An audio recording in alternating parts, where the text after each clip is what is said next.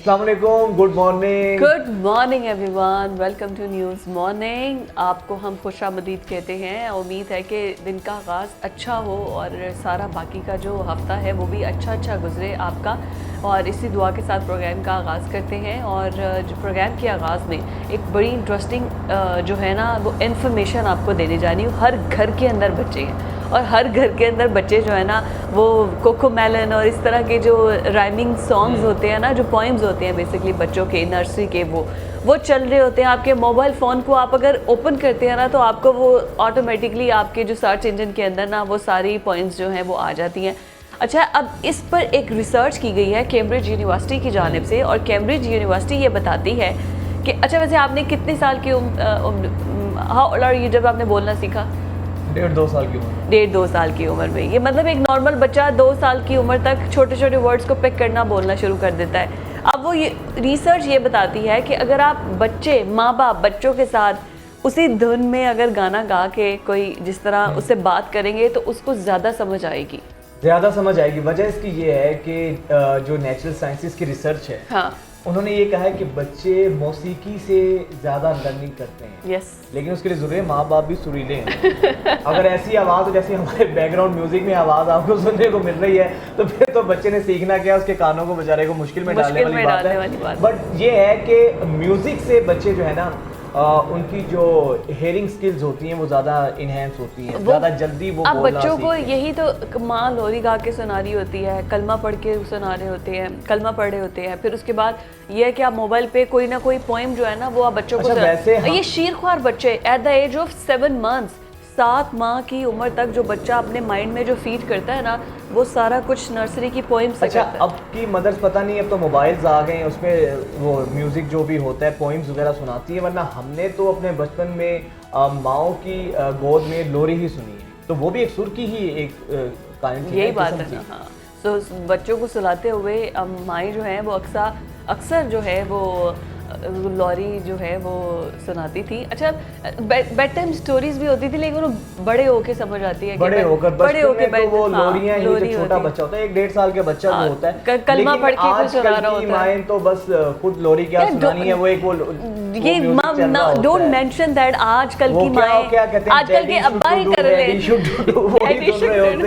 कोई सुरीली चीज है। अच्छा, हम इस लिहाज नहीं, डैडीज व्हाई नॉट डैडीज क्यों नहीं बच्चों को इस तरह से सुना सकते? डैडीज कहाँ, डैडीज क्यों काम करें तो माओ का ये काम है। व्हाई यू पॉइंट आउट कि माएँ ऐसे, कि बच्चा माँ और बाप दोनों बाहर जाके कमाएगा नहीं, बाहर जाके कमाएगा, रात के टाइम पे जब आएगा, माँ भी सारा दिन घर में काम करती है, बच्चा संभालती है, बच्चे का पैम्पर चेंज करती है, माएँ ही सुनाती हैं, माओ को ही अच्छा लगता है। ये एसोसिएट कर दिया डैडीज। माँ का काम ही माँ का काम ये नहीं है। He is so objectifying the mothers, character of mothers. अच्छा, ये हकीकत बात नहीं है। अच्छा, ये जो लोग इस तरह करते हैं ना कि माएँ का काम था वो सारा दिन मोबाइल को पकड़ा के लगी रहती है, जरा बच्चे संभाल ले तो सही एक दिन के लिए ना, विदाउट फोन एक दिन के लिए बच्चों को देती है। विदाउट फोन, यही बात कर रही हूँ। आसानी पैदा की है कि शायद ही किसी ने की हो, लेकिन बच्चे जब रोते हैं या तंग करते हैं फोन के आगे भी नहीं आते। They want there mother, their father. रोते हुए बच्चा फोन को भी नहीं पकड़ता है। ये सिर्फ एक वो बात बना दी है कि माँ ने बच्चों को फोन, क्या करें, घर का काम भी करें, खाना भी बनाएं, कपड़े भी प्रेस करें, मशीन भी रखी है, ऐसे ही हमारी मदर्स ने भी ऐसे ही किया। तब ऐसा होता था कि साथ में ना हेल्पिंग हैंड्स बहुत ज्यादा होते थे। अब ये भी एक कसूर है लड़कियों का ही, इसके अलावा ना कि आप जॉइंट फैमिली में आप रहना नहीं चाहते। सिस्टम इस लिहाज से बहुत ब्लेसिंग है कि अगर माँ काम कर रही है, दादी ने पकड़ लिया है, दादा ने पकड़ लिया है, फूफो ने पकड़ लिया है, या किसी भाई ने पकड़ लिया है, तो बट दोबारा टॉपिक पर आते हैं।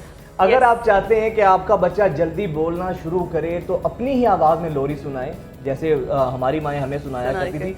ये एक रिसर्च है। वैसे भी अब जदीद टेक्नोलॉजी इतनी आ गई है, और मेरा ख्याल है कि जो आज की जनरेशन है, जो आज के बच्चे पैदा हो रहे हैं, उनके अंदर लर्निंग स्किल्स वैसे ही बहुत ज़्यादा हैं, वैसे ही वो बहुत ज़्यादा जल्दी चीज़ों को कैच करते हैं। जैसे कंप्यूटर के अंदर 13 जनरेशन आ गई है ना, और वो इतनी एडवांस है।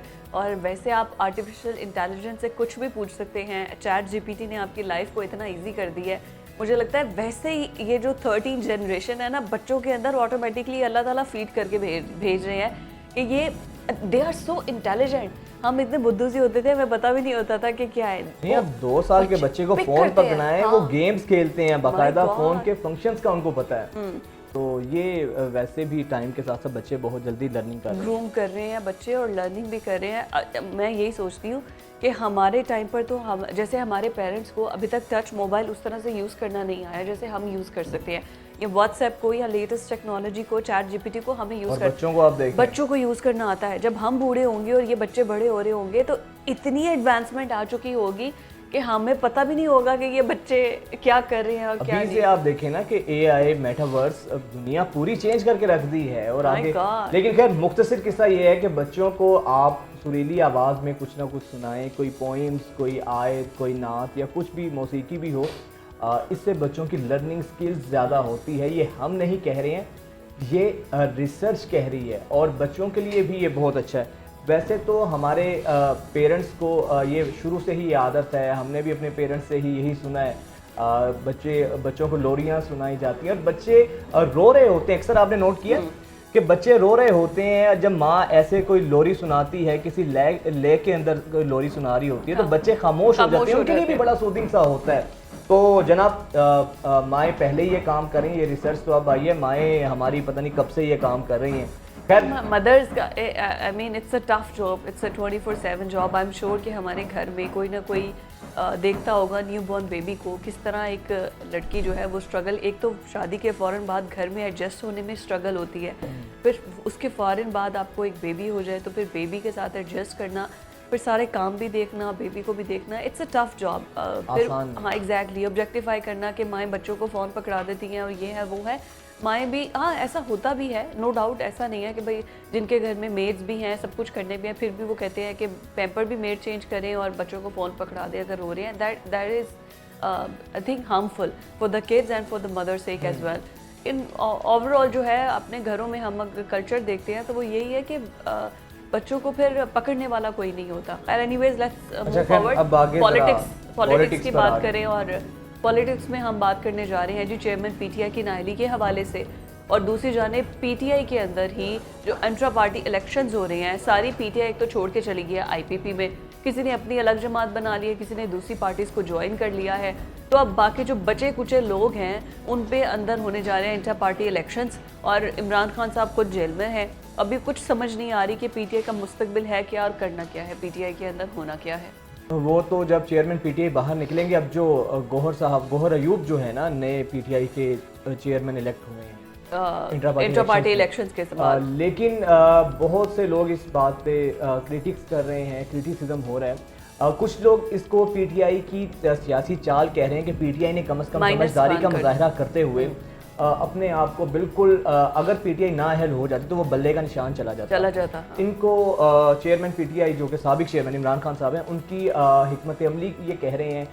पीएमएलएन इसको कह रही है कि जनाब ये दोबारा से एनआरओ मांगा गया है, क्योंकि पीटीआई की जानिब से ये एक बयान भी आया था सामने कि फौज मुखालिफ बयानात आपने नहीं देने हैं, मना कर दिया। जो लीडर्स ऐसे देते हैं उनको मना करें। अच्छा, और मेरा ख्याल ये अच्छी चीज़ है। किस बेस पे पीएमएलएन ये कह रही है? क्या इससे पहले क्या पीएमएलएन या पीपल्स पार्टी, क्या वो ये खुद भी एनआरओ लेते रहे? वो खुद भी तो एनआरओ लेते रहे हैं ना, एनआरओ लेते हैं फिर उसके बाद वापस आते हैं। और अभी जो रिसेंटली जो ये सब वापसियाँ हो रही हैं, ये भी एक एनआरओ के तहत ये चहमगोइयाँ हैं कि वो भी सब कुछ इसी तरह होता है। रिटर्न ऑन द वॉल है, को इज्जत दो का नारा था, इत्तेसाब का नारा था। अभी अगर इमरान खान को इन्होंने साइड पर किया हुआ है, माइनस खान किया हुआ है, और उसके बाद ये कहा जा रहा है कि इंट्रा पार्टी इलेक्शंस करवाएं और उसके बाद इनको माइनस कर दें, तो एक तरीके से ठीक है, ये भी कहा सकता है कि ये भी एक एनआरओ की शक्ल है, लेकिन फिर करे क्या? इसके बगैर आगे मूव फॉरवर्ड फर्दर फ्यूचर नहीं है। जो सियासत है वो रिवॉल्व ही नहीं चीजों के एग्जैक्टली। कबर दिलशाद साहब हमारे साथ साबिक सेक्रेटरी इलेक्शन कमीशन हमारे साथ मौजूद हैं।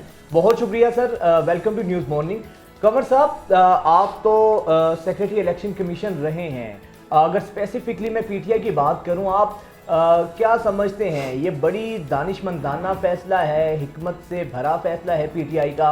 अब नए चेयरमैन पीटीआई के आ गए हैं गौहर अयूब साहब, अब आप समझते हैं कि वो जो पाबंदियां पीटीआई पे लगने का खदशा था, पीटीआई को बैन होने का खदशा था इलेक्शन में, वो कम से कम नहीं होगा? और ये क्या माइनस इमरान ही स्ट्रेटजी चलेगी आगे पीटीआई की? What do you think? देखिए ये इमरान खान साहब की या तहरीक इंसाफ की अंदरूनी सियासत है, अंदरूनी हिकमत अमली है, उसमें सबसे बड़ा अहम फैक्टर जो है ये है कि इमरान खान को तोशा खान केस में सजा हो चुकी है और इलेक्शन कमीशन पाकिस्तान ने भी उनको 5 साल के लिए नाअहल करार दिया और तोशा खान के केस के बारे में जो रेफरेंस आया था कौमी असम्बली के स्पीकर की तरफ से, उस रेफरेंस की रोशनी में इलेक्शन ने उनको नाअहल भी करार दिया 5 साल के लिए और साथ साथ उनके खिलाफ जो था वो जो अपना इस्लामाबाद की जो है सेशन जज की कोर्ट में भी उनके खिलाफ केस कर दिया था सेक्शन 137 के तहत। लेकिन अब वो सारा कुछ तोशा खान का केस जो है उनको सजा हो चुकी है 3 साल की।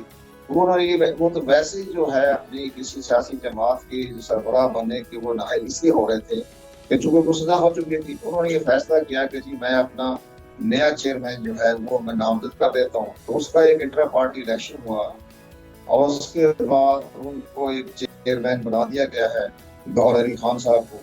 वो जैसे ही इलेक्शन हुआ जिस तरह भी हुआ सेक्शन 200 जो हमारा है, सेक्शन 207 है, 208 है, 209 है या रूल का 158 है, उसके मुताबिक हुआ नहीं हुआ ये सारे मामले तो इलेक्शन के पाकिस्तान के पास चैलेंज हो गया है तो वो गौर खोज करेंगे। लेकिन ये मैं बात आम तौर पर हम कहना चाहते हैं आपकी स्वागत से, क्योंकि आपका टीवी चैनल बड़ा इंडिपेंडेंट रिप्लाई देता है, उसमें हम ये कहना चाहेंगे कि ना जितनी भी सियासी पार्टियां हैं उन्होंने तो इंट्रा पार्टी इलेक्शन जो है उसकी रूह के मुताबिक तो नहीं करवाए, लेकिन वो खुशकिस्मत है कि उनके खिलाफ किसी ने चैलेंज नहीं किया। जितनी ये पार्टियां इलेक्ट हुई हैं, हमारी कौमी पार्टियां हैं, उनके जो इलेक्शन हुए हैं तो वो सारी पार्टियां इसी तरह से हुए हैं जैसे कल उन्होंने इंट्रा पार्टी इलेक्शन करवा दिया पीटीआई में। तो ये सारे इलेक्शन ये बताइए जो चेयरमैन पीटीआई का जो नाअहली का फैसला है वो इलेक्शन कमीशन ने महफूज भी कर लिया है। एक तरफ पीटीआई के अंदर इंट्रा पार्टी इलेक्शंस करके माइनस इमरान की पॉलिसी भी चल रही है, वो खुद जेल में मौजूद है। अब ये सारे इंडिकेशंस आपको क्या लग रहा है कि आगे इलेक्शंस में आप बेहतर बता सकते हैं इलेक्शन कमीशन की गाइडलाइंस के अकॉर्डिंग क्या कहते हैं इलेक्शन कमीशन के रूल्स एंड रेगुलेशंस? क्या पीटीआई आगे जब पार्टिसिपेट करेगी वोट तो खैर मिलेगा तो चेयरमैन पीटीआई के ही नाम पर, चाहे आगे से कोई किसी को भी टिकट मिले, तो क्या अगर इमरान खान को डिस्क्वालीफाई कर दिया जाता है उसके बावजूद भी उनकी पार्टी आगे जाके इलेक्शंस करेगी और वोट इस तरह से ले सकेगी और उनका इंतखाबी निशान बल्ला, उसकी अगर स्पेसिफिक बात करें तो वो क्या इन्हीं के पास ही है पीटीआई के पास? ये सारी बातें महफूजा हैं, कोई मायस नहीं हुआ। अब मैं ये हमारे मीडिया ने एक नई चाल चला दी है, नई लोगों के अंदर कंफ्यूजन पैदा कर दिया है, एक नया फलसफा दे दिया। किस बात का माइनस हो गया? नवाज शरीफ साहब जो थे वो उनको पार्टी जो जहर है जो सुप्रीम कोर्ट के फैसले की रोशनी में वो उनको सदारत छोड़नी पड़ी, शहबाज शरीफ सदर बन गए और पूरे लंदन में बैठ के उन्हें पूरी अपने सियासी गेम खेली है। आप पाकिस्तान में भी आ गए हैं, पूरी पार्टी के कंट्रोल में है, उनके इशारे के बगैर पूरी पत्ता नहीं हिल सकता पार्टी के अंदर।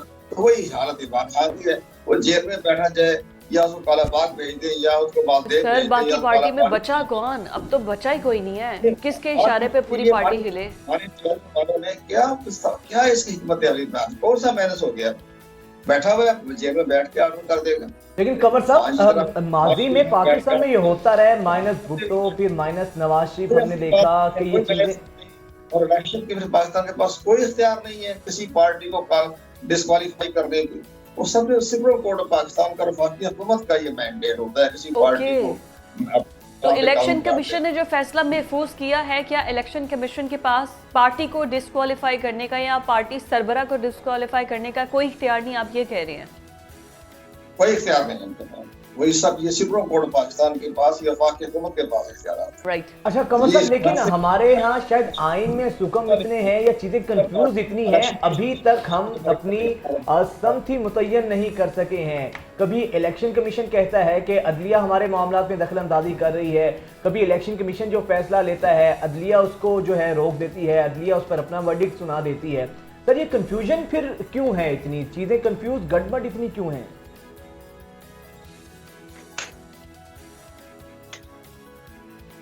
जी कमर साहब सुन पा रहे हैं?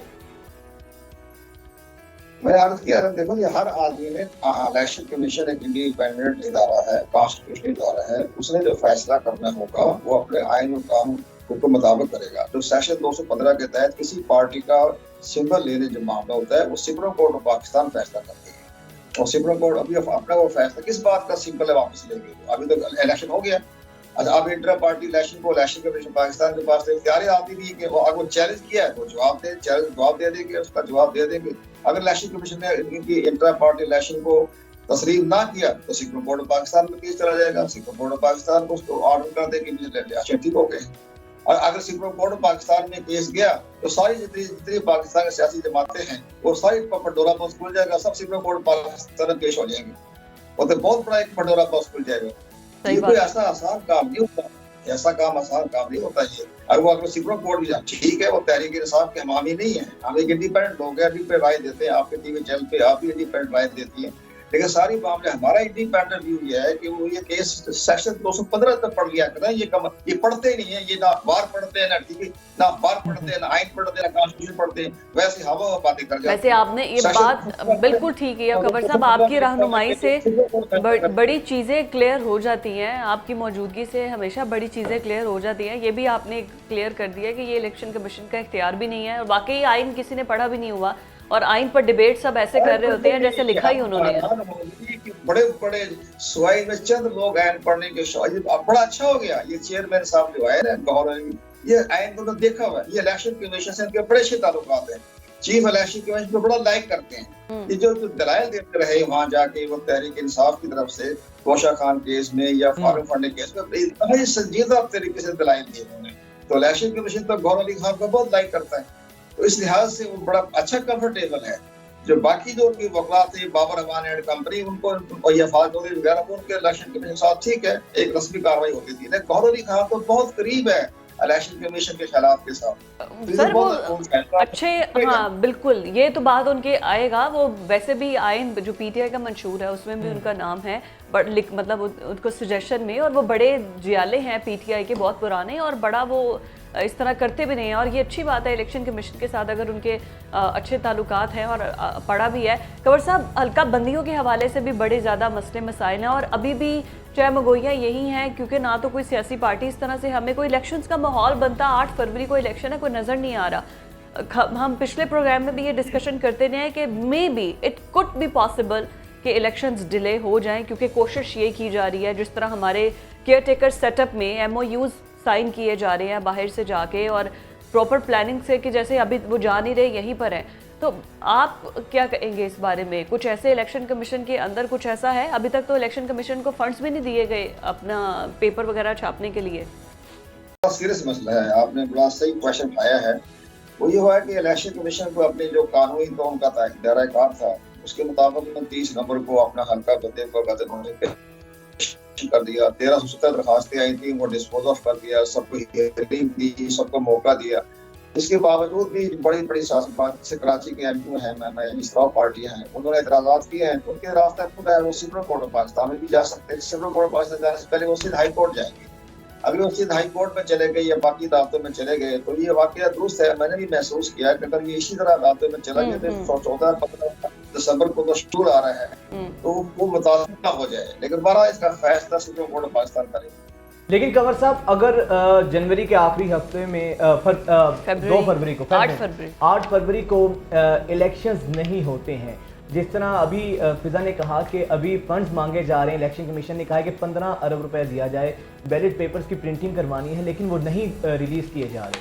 और इलेक्शन अदालत ने वादे कह दिया है कि हर सूरत में एट एनी कॉस्ट इसको मेक श्योर करें इलेक्शंस को 8 फरवरी को। अगर नहीं होते हैं फंड्स की किल्लत की वजह से या कोई भी ऐसी वजह बनती है इसकी, तो फिर इस आइन की खिलाफ वर्जी का रिस्पॉन्सिबल कौन होगा? इलेक्शन कमीशन होगा, निगरान हुकूमत होगी, किस पर जिम्मेदारी आएगी सर? ये बात आपने सही फरमाई है, ये वाकया है, कंसिक्वेंसेस पेश हो रहे हैं मामला। लेकिन सबसे बड़ी अहम बात यह है कि मैं अर्ज करूँ कि जो अगर इन्होंने हल्का बंदियों के बारे में अगर हाई कोर्ट्स में अगर अपील दायर कर दी और वो हमारे इलेक्शन का जो शेड्यूल आ रहा है उससे पहले अगर फैसला नहीं होता तो फिर ये इलेक्शन के Pakistan supreme court of Pakistan से रजू करेगा। और सुप्रीम कोर्ट ऑफ पाकिस्तान में ये माजी की रवायत रही है। ये 2018 में जब इलेक्शन हो रहे थे तो उस वक्त भी सारे हाई कोर्ट्स ने हल्का बंदियों को मुस्तरद कर दिया था। तो बाद में इलेक्शन कमीशन ने सुप्रीम कोर्ट ऑफ पाकिस्तान से रिक्वेस्ट की, जनाब हमने हल्का बंदियां मुकम्मल कर दी है, अब इसके ऊपर का चैलेंज होगा तो हम 25 जुलाई 2018 को इंतखाबात नहीं करवा सकेंगे। उसके ऊपर सुप्रीम कोर्ट पाकिस्तान बड़ी अहम जजमेंट है chief justice of Pakistan Saqib Nisar साहब की। उन्होंने तमाम जितने भी हाई कोर्ट में जो केस चल रहे थे हल्का बंदियों के, वो सबको कलदम करार दे दिया। उनका भी हल्का बंदियां हो चुकी है final, no action, no decision, no court, no challenge. इसके बाद इलेक्शन को ये देखने का जब चला जाएगा तो उस सुप्रीम कोर्ट को वही जो फैसला जो साकिब निसार साहब ने किया है उसकी रोशनी में सुप्रीम कोर्ट में चले जाएंगे। We really hope so कि ऐसा हो भी कि जिस तरह से जजमेंट्स आई हैं और फिर जिस तरह से इलेक्शन की डेट अनाउंस कर दी गई है। कवर दिलशाद साहब, बहुत शुक्रिया आपके वक्त के लिए कि जिस तरह 8 फरवरी को इलेक्शन डेट अनाउंस की गई है उसमें फिर इलेक्शंस हों भी, कितना डिले फर्दर कर सकते हैं, केयर टेकर सेटअप के पास कितना भी आगे फर्दर काम कर सकते हैं। सूरत हाल है, जो इकोनॉमिकल सिचुएशन है हमारी, वो इस चीज़ की मुतहम्मिल नहीं हो सकती है। हम अफोर्ड नहीं कर सकते हैं कि इलेक्शन मजीद इल्तवा का शिकार अच्छा, ये डिले खुद तो ये इनकी पर्सनल चॉइस हो सकती है जो केयर टेकर सेटअप में बैठे हैं, नीयत पर बात डिपेंड करती है। इलेक्शन कमीशन ने इलेक्शंस करवाने हैं, उनकी ख्वाहिश हो सकती है कि डिले हो जाए ताकि केयर टेकर सेटअप ज़्यादा देर रहे, बट आप अगर इंटरनेशनली देखें ना, ऐसा हो नहीं सकता, पॉसिबल नहीं है। IMF का बहुत दबाव है इलेक्शंस के लिए। इसके अलावा फिर जिस तरह जंग की सूरत हाल है ना, जंग की सूरत हाल में पाकिस्तान एक अहम मुस्लिम मुल्क है, इसमें पाकिस्तान का एक अच्छा मौक़िफ़ होना चाहिए और वो मौक़िफ़ जो है उसके लिए एक इलेक्टेड हुकूमत होनी चाहिए। तो इंटरनेशनली बहुत ज़्यादा इन्फ्लुएंस्ड है कि यहाँ पर इलेक्शंस होने चाहिए। लेकिन अब ये देखो, यहाँ पे कुछ भी हो सकता है, कुछ भी हो सकता है। सूरत हाल है, लास्ट टाइम भी हमने ऐसी चीज़ें देखी हैं, बट मुल्क का मफाद हर तरह से इसी में है कि इलेक्शंस अपने टाइम पर, लेकिन इलेक्शंस में भी गवर्नमेंट आती है, बहुत सी चीज़ें हैं ना, इलेक्टेड गवर्नमेंट आके सारी पॉलिसीज बनाएगी। जो एक ड्यूरेशन है ना इलेक्शंस करवाने का, उसके लिए बड़ा ज़रूरी है कि उसमें फ्री एंड फेयर से पहले एटलीस्ट सारी पार्टीज पार्टिसिपेट करें। पॉलिटिकल विल की ज़रूरत है। अगर आपने इलेक्शंस होना नामुमकिन है। चेयरमैन PTI को बिल्कुल माइनस कर दिया है और उसको बाहर रख दिया है कि वो इसमें नहीं करेंगे, लेकिन उनका एक बहुत बड़ा वोट बैंक है। उस वोट बैंक का क्या होगा? वो भी तो इस मुल्क के अंदर रहने वाले हैं ना, जो उनके सपोर्टर्स हैं। ओवरसीज़ को तो चलो आपने हक नहीं दिया है, लेकिन जो लोग यहाँ पर रहने वाले हैं, जो उनको सपोर्ट करने वाले हैं, फिर उनका क्या होगा? उनकी भी तो बीच में कोई विल होनी चाहिए। तो उसको फिर उसके बाद बाकी जो पार्टीज़ हैं फ्री एंड फेयर इलेक्शंस के लिए, फिर टिकट की जो तकसीम है वो बड़ी मुनसिफाना होनी चाहिए।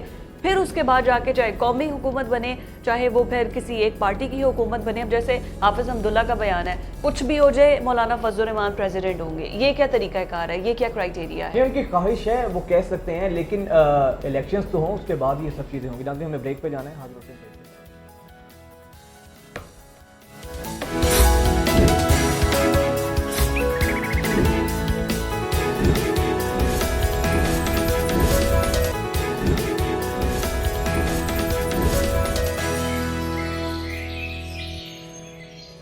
नाज़रीन, ओबेसिटी, मोटापा एक ऐसी चीज़ है जिससे हर शख्स परेशान नज़र आता है। और आजकल जितना हमारा लाइफस्टाइल जंक फूड की तरफ जा चुका है, आउटडोर एक्टिविटीज़, फिज़िकल एक्टिविटीज़ रही नहीं हैं, गैजेट्स में हम लोग रहते हैं।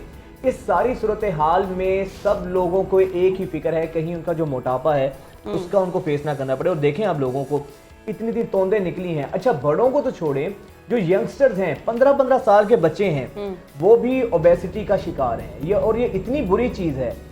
ओबेसिटी अपने साथ बेशुमार बीमारियां लेकर आती है, और उसके साथ साथ फिर वैसे भी आपकी पूरी जो फिजिकल अटायर है वो डिस्टर्ब होकर रह जाती है। सबसे ज़्यादा जो कॉमन डिजीज़ है that is high blood pressure, और फिर आपको शुगर, डायबिटिक आप हो जाते हैं, जिसे आम ज़बान में शुगर भी कहा जाता है, ज़ियाबितिस के मरीज़ आप हो जाते हैं। सबसे ज़्यादा कॉमन मोटापे की वजह से अगर किसी को कोई बीमारी होती है वो शुगर की है, क्योंकि आपके बॉडी के अंदर फ़ैट इतना ज़्यादा हो जाता है जिसकी वजह से आप मज़ीद इंसुलिन लेवल आपका बढ़ता रहता है, ब्लड शुगर लेवल आपका बढ़ता है, जिसकी वजह से आप जो है वो अपना वज़न कम भी करना चाहते हैं तो होता नहीं है।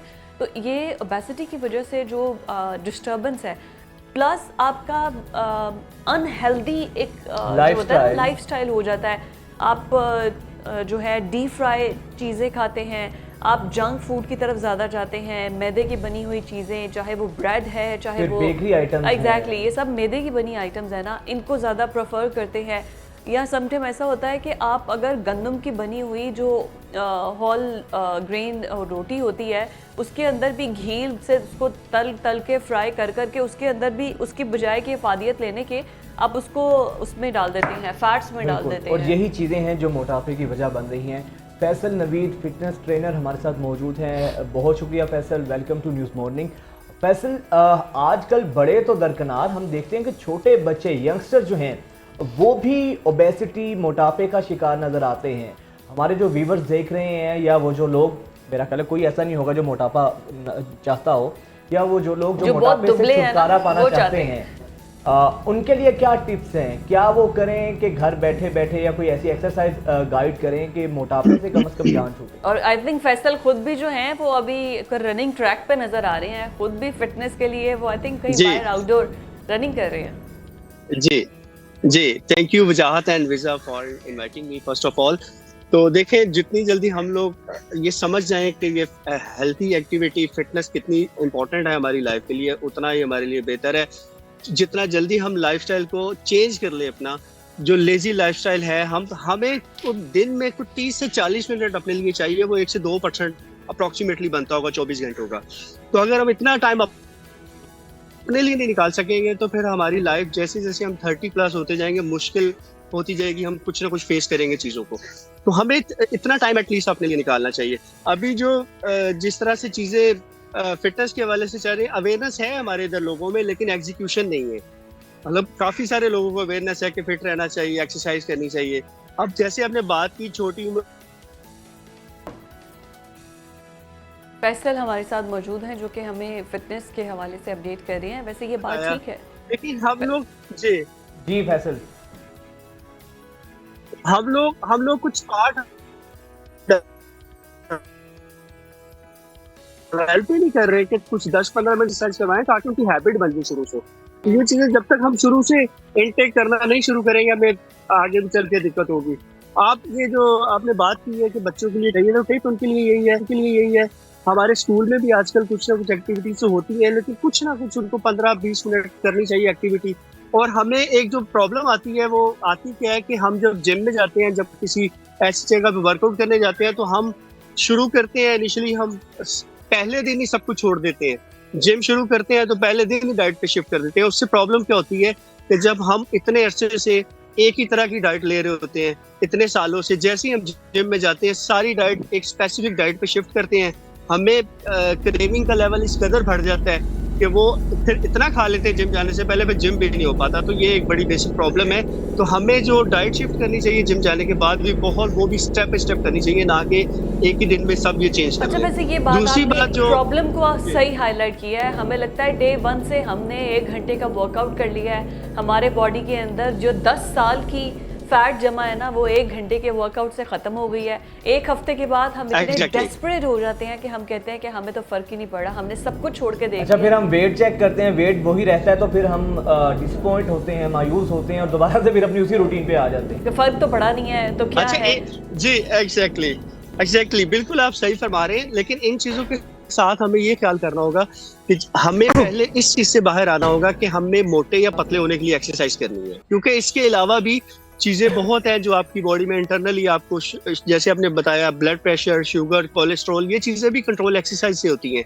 और वाहिद एक्सरसाइज ऐसी चीज है जो आपकी एजिंग को भी कंट्रोल करती है। अगर आप 40 प्लस हो जाते हैं, हो रहे हैं, तो आपको एक्सरसाइज है वो जो कंट्रोल कर सकती है एज को। अदरवाइज कोई अल्टरनेट नहीं है जो एज को कंट्रोल कर सके। कंट्रोल से मतलब ये है कि एज तो बढ़नी है, लेकिन आप लुक लाइक आप उतनी एज के नहीं लगते।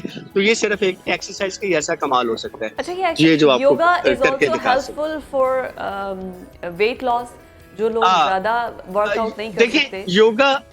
योगा का जो ज्यादा पार्ट है ना, वो आपकी ब्रेन हेल्थ की तरफ बहुत ज्यादा वो डायरेक्ट करती है हमें। जो वेट लॉस की एक्सरसाइजेज है, जिसमें मैं बताऊं आपको, आप जिम जाएं, स्ट्रेंथ ट्रेनिंग करें, आपके मसल थोड़े बिल्ड हो, कार्डियो एक्सरसाइजेज करें। वॉक जो है, वॉक तो एक सब एक्सरसाइजेज में इसमें बताऊं, अगर आप 3-4 किलोमीटर वॉक करते हैं ना, तो आप समझ लें कि आप सबसे मिनिमम लेवल पे हैं, लेवल 1 पे आप समझ ले आप हैं। इसके साथ आप जॉगिंग ऐड करते हैं, जिम जाते हैं, स्विमिंग करते हैं, कोई फिजिकल एक्टिविटी करते हैं, तो that will be more beneficial और मोर प्रोडक्टिव फॉर योरसेल्फ। अच्छा, तो ये हम अगर सोचते हैं एक्सरसाइज या जिम करना शुरू होते हैं तो सबकी ये डिज़ायर होती है कि ओवर द नाइट जो है हमारा वेट जो है लॉस हो, हमारा वज़न कम हो। कितना टाइम लगता है? खाली जिम भी तो काफ़ी नहीं है ना, अगर आपकी डाइट वही रहती है, वही जंक फूड है, वही ऑयली आइटम्स हैं, तो फिर सारी चीज़ों को पैरेलल लेके चलना होगा ना, खाली जिम तो सोल्यूशन नहीं है। जी वजाहत एग्जैक्टली ये बिल्कुल लाइफस्टाइल है। जैसे आपने भी कह रहे हैं कि अगर आप 1 घंटा जाके ये समझ लें कि मैं सारा कुछ अचीव कर लूंगा और 1 घंटे में बाकी सारा दिन मैं जो मर्जी करता रहूँ, जो मर्जी खाता रहूँ, तो ऐसा बिल्कुल नहीं होता जब तक आपकी इनटेक कंट्रोल नहीं होती। और ये सारा जो प्लान है ये कैलोरीज इनटेक के ऊपर होता है। अगर आप घंटा जिम कर रहे हैं, अगर आपकी बॉडी की रिक्वायरमेंट है 3000 कैलोरीज, आप ले रहे हैं 6-7 हजार, तो आप बेशक 6 घंटे भी जिम में लगाएं, अगर आपकी कैलोरीज मेंटेन नहीं है इनटेक आपके खाने की, तो आप कुछ भी कर लें 6 घंटे भी जिम में, तो वेट लॉस नहीं हो सकता अगर आपका टारगेट वेट लॉस। पता ही नहीं है कि कैलोरीज को मैनेज कैसे किया जाता है। वैसे एक रिक्वायर बॉडी को 3000 या 2500 कैलोरीज चाहिए होती हैं। हमने बेसिकली कैलोरीज को कम करना होता है और हमें यही नहीं पता कि कैलोरीज किस चीज़ से, एक रोटी से कितनी कैलोरी मिल रही है, एक चाय के कप से कितनी कैलोरी मिल रही है हमें, कुछ अगर हम स्नैकिंग कर रहे हैं, कुछ चिप्स ले रहे हैं तो उससे कितनी कैलोरीज मिल रही हैं। कोई ऐसा तरीकाकार आप आसानी के लिए बता दें कि हम अपनी कैलोरीज को काउंट कर सकें, ताकि पता चले कि भाई अब 2000 कैलोरीज पर डे हमारी हो गई हैं, दैट्स मोर देन इनफ, इससे ज़्यादा हमें कैलोरीज नहीं लेनी। आपको वेट मशीन उसके साथ साथ रखनी होगी वैसे। हाँ, कैलकुलेशन है। नहीं, आप आजकल इतनी एप्लीकेशन है कि इतनी आसानी हो गई है कि आप रोटी में मिसाल के तौर पे 200-300 कैलोरीज होती हैं, तो 1 रोटी खानी चाहिए दिन में, फिर आपको दोपहर में क्या लंच लेना है, फिर शाम में। अच्छा, टाइमिंग बड़ी मैटर करती है ये सब खानों के अलावा। खाना तो आप मैनेज कर लेंगे, मील प्लान बना देंगे, आपको ट्रेनर भी और बाकी एक्सपर्ट भी बना देते हैं, लेकिन टाइमिंग इज मोस्ट इम्पोर्टेंट। क्योंकि अगर आप कार्ब्स लेते हैं 8 बजे के बाद, शाम 8 बजे के बाद, तो आपको वो इतना प्रोडक्टिव नहीं रहेगा आपके लिए। क्योंकि ये फॉर एग्जाम्पल मैं आपको बताऊँ, आप रात को पराठा खाएं आप और सुबह में पराठा खाएं, अगर पराठा खाना मना नहीं है, लेकिन बात वही है कि अगर आप कैलोरीज मेंटेन कर रहे हैं, आप पराठा रोजाना 2-2 पराठे खाएं, तो वो तो फिर बिल्कुल खाते पीते घर से पहलवानों वाले घर से फिर होंगे, सुबह शाम पराठे खाने वाले। Thank you so much professor Naveed Bidas, और हमें बता रहे थे कि किस तरीके से आप फिट रह सकते हैं। अच्छा, वैसे पराठे से मुझे याद आया कि सुबह ब्रेकफास्ट हेल्दी होना चाहिए, उसमें आप पराठा ले सकते हैं, की बात है, लेकिन हमारा बाकी का लाइफस्टाइल इतना थोड़ी है। हम ऑफिस में काम करने वाले, बैठने वाले हैं। हमारे पुराने टाइम पे जो देसी घी के बने पराठे खाते थे, वो बाद में खेतों पे जाके काम करते थे, साइकिलिंग करते थे, उनका हार्ड वर्क वाला लाइफस्टाइल था। जो खाते थे वो बर्न होता था। एग्जैक्टली, आप जितना मर्जी, वो 2-2 रोटियां भी अगर खाते थे ना घी ऊपर डाल के, और वो मुख्तसर बात यह है कि मोटापा कम करने की ख्वाहिश तो सबकी है, लेकिन उसके लिए आपको बहुत सा सेक्रीफाइस करना पड़ेगा। ये जो लज्जतें हैं ना आपको बाहर के खाने खाबों की, ऑयली चीज़ों की, इनसे जब तक हम लोग जान नहीं छुड़वाएंगे, अपने नरम गरम बिस्तरों से उठकर एक्सरसाइज या जॉगिंग या जिम नहीं करेंगे, तब तक ख्वाहिश ही रहेगी आपकी, वरना कम नहीं हो सकता। खैर, अच्छा, इससे ज़्यादा मैं बताऊं, मैंने देखा है मोस्टली जो डाइट कर रहे होते हैं, बड़ी एक मज़े की इंटरेस्टिंग सी है, वो क्या करते हैं, रोटी खाना छोड़ देते हैं और अल्टरनेटिव ब्रेड पे शिफ्ट हो जाते हैं। हालांकि ब्रेड में भी इतना ऑयल, इतना मैदा, और फिर उसके अंदर मीठा शुगर भी होता है, बजाय कि वो होल ग्रेन से आपको जो एनर्जी मिलती है। वही बात है ना कि खुद से हम अपने आप को धोखा दें। ब्रेक के बाद आपको एक दफ़ा फिर से खुशामदीद कहते हैं। अच्छा, हम आए रोज़ वेदर फोरकास्ट के हवाले से बताते हैं कि महकमा मौसमियात का कहना है कि आज बारिश का इम्कान है, आज 90% आलूद है, आज इतनी 90% सही होता है ना। क्यों महकमा मौसमियात से कोई आपका ज़ाती मसला नहीं, वो कहते हैं बारिश होगी, और जब एक्सपेक्ट करते हैं कि बारिश होगी, बारिश होती हो भी जाती है, हो भी जाती है। तुक्का तो किसी का भी लग सकता है, तुक्का नहीं है, पूरा एक मैकेनिज्म मौजूद है। अच्छा, ये अब हम आपको, हमारे नुमाइंदे हैं शिराज अहमद शिराजी जो कि सवात में मौजूद हैं, हम आपको बताते हैं, बल्कि दिखाते हैं कि ये जो पूरा सिस्टम है फोरकास्ट का, ये कैसे मैकेनिज्म है, कैसे ये बताते हैं, किन पैरामीटर्स की बेस पे कहा जाता है कि बारिश होगी या नहीं। शिराज अहमद हमारे साथ मौजूद हैं इस वक्त। Shiraz, welcome to News Morning. ज़रा हमारे व्यूअर्स को दिखाइएगा कि जो महकमा मौसमियात की फोरकास्ट होती है, इसका तरीक़ाकार क्या है, क्या पैरामीटर्स हैं, ज़रा हमें भी इसकी ऑब्जर्वेशन करवाएं। आपने महकमे मौसमियात के मुताबिक आज सवात के इन मकामात में बारिश होगी, मलाकिन डिवीज़न में बारिश होगी, इतनी बर्फबारी होगी, जो हवा का रफ्तार है वो इतना है। ये सब कैसे इसको जो है डिटरमाइन करते हैं, किस तरह इनका अंदाज़ा लगाते हैं। इस वक्त मैं कालाम में मौजूद हूँ, यहाँ पर एक सिस्टम जो है वो नस्ब है और इस हवाले से बात करेंगे। सर, ज़रा मुझे बताइएगा ये सिस्टम किस तरह काम करता है, और फ्लड की सूरत हाल की अगर बात की जाए तो किस तरह ये जो है अलार्मिंग देता है। जी, बहुत शुक्रिया जी। ये ऑटोमेटिक वेदर स्टेशन इसको कहते हैं। ये इसमें रेन गेज ये ऑटोमेटिक जो है ना इसको मैयर करता है कि कितनी बारिश हुई है। इसका जो है ना एक एयर प्रेशर का बता रहा होता है, एयर स्पीड का बता रहा होता है कि कितनी एयर डायरेक्शन का बता रहा होता है। इसके अलावा जो है ना ये रेन का टेम्परेचर का बता रहा होता है कि कितनी डिग्री जो है ना वो सेल्सियस जो है ना टेम्परेचर है। ह्यूमिडिटी तक बताता है। ये सिस्टम जो है ना डायरेक्ट मेट्रोलॉजिकल डिपार्टमेंट के वेबसाइट के साथ अटैच है। मेट्रोलॉजिकल डिपार्टमेंट का जो डेटा है ना वो डायरेक्ट वो इसको रिपोर्ट कर रहा होता है। उनको जब डेटा रिपोर्ट नहीं होता तो यहाँ पे एक ऑब्जर्वर बैठा होता है कंटिन्यूस 24 घंटे। वो इस ऑब्जर्वर को कांटेक्ट करते हैं कि आप उसको इक्विपमेंट को देख लें कि उसमें कोई ख़राबी तो नहीं है। वो आके इसको चेक करते हैं, इसमें कोई ज़्यादा ख़राबी हो तो वो लाहौर से एक टेक्नीशियन आता है, वो उसको ठीक करता है, वरना वो उसको खुद ही जो है ना थोड़ा सा उसकी ट्वीकिंग करके उसको ठीक कर लेता है। फिर इसका जो है ना ये जब सैलाबी सूरत हाल होती है तो इसका जो है ना ये बारिश का लेवल जो है ना इसके लिए सबसे इम्पोर्टेंट होता है, और हवा का दबाव जो है ना इम्पोर्टेंट होता है उनके लिए, मेट्रोलॉजिकल के लिए, और वो इसको जो है ना मैयर कर रहा होता है। वो जब ज़्यादा हो रहा है तो मेट्रोलॉजिकल डिपार्टमेंट जो है ना अलर्ट हो जाता है, और वो PDMA को जो है ना अपनी अलर्ट एडवाइजरी जारी करता है कि फ़लाँ जगह पे ज़्यादा बारिश हुई और आप अलर्ट हो जाएँ डैमेज के लिए, किसी उसके लिए फ्लड की डैमेज के सिचुएशन के लिए। अच्छा, अगर थोड़ा सा हम बात कर ले 2022 के सैलाब की, तो क्या उस वक्त ये चीज़ यहाँ पर इंस्टॉल नहीं थी, और अगर यहाँ पर इंस्टॉल थी तो उसके बावजूद इतने नुकसान किस तरह हुए? जी, 2022 के में भी ये यहाँ पे काम कर रही थी, और इसने ये तो नुकसान से बचाने के लिए ये इक्विपमेंट नहीं है। ये इक्विपमेंट तो सिर्फ ये मैयर करने के लिए कि बारिश कितनी हुई है और कितना जो है ना एयर प्रेशर कितना है, ये तो सिर्फ डिग्रीज हमें बताता है, नंबर्स हमें बताता है।